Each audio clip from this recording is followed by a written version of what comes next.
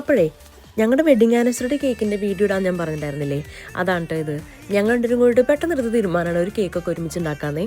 ഞാൻ ഇപ്പോഴും ആലോചിക്കും കേട്ടോ, ഞങ്ങളുടെ ആദ്യത്തെ വെഡിങ് ആനിവേഴ്സറി ചേട്ടൻ കൂടി ഉണ്ടായിരുന്നില്ല. കാരണം ആൾ കുവൈറ്റിലും ഞാൻ നാട്ടിലായിരുന്നു കേട്ടോ. അപ്പോൾ ഒരു പ്രവാസിയുടെ ഭാര്യയുടെ എല്ലാ വിഷമങ്ങളും എനിക്കുണ്ടായിരുന്നു. കാരണം ഒരു നല്ലൊരു പരിപാടി ഉണ്ടാകുമ്പോൾ, ഒരു ഫാമിലി ഫംഗ്ഷനോ എന്തെങ്കിലും ഉണ്ടാകുമ്പോൾ തന്നെ ഹസ്ബൻഡ് കൂടില്ലാത്തത് ഭയങ്കര ഒരു വിഷമം തന്നെയാണല്ലേ.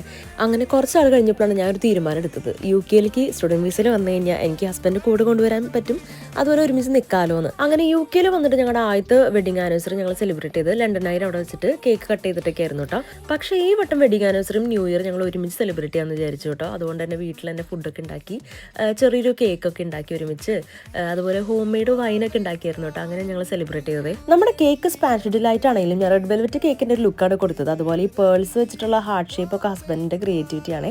അങ്ങനെ ഡിസൈനൊക്കെ ചെയ്ത് കഴിഞ്ഞ് വന്നപ്പോൾ കേക്ക് നല്ല അടിപൊളിയായി.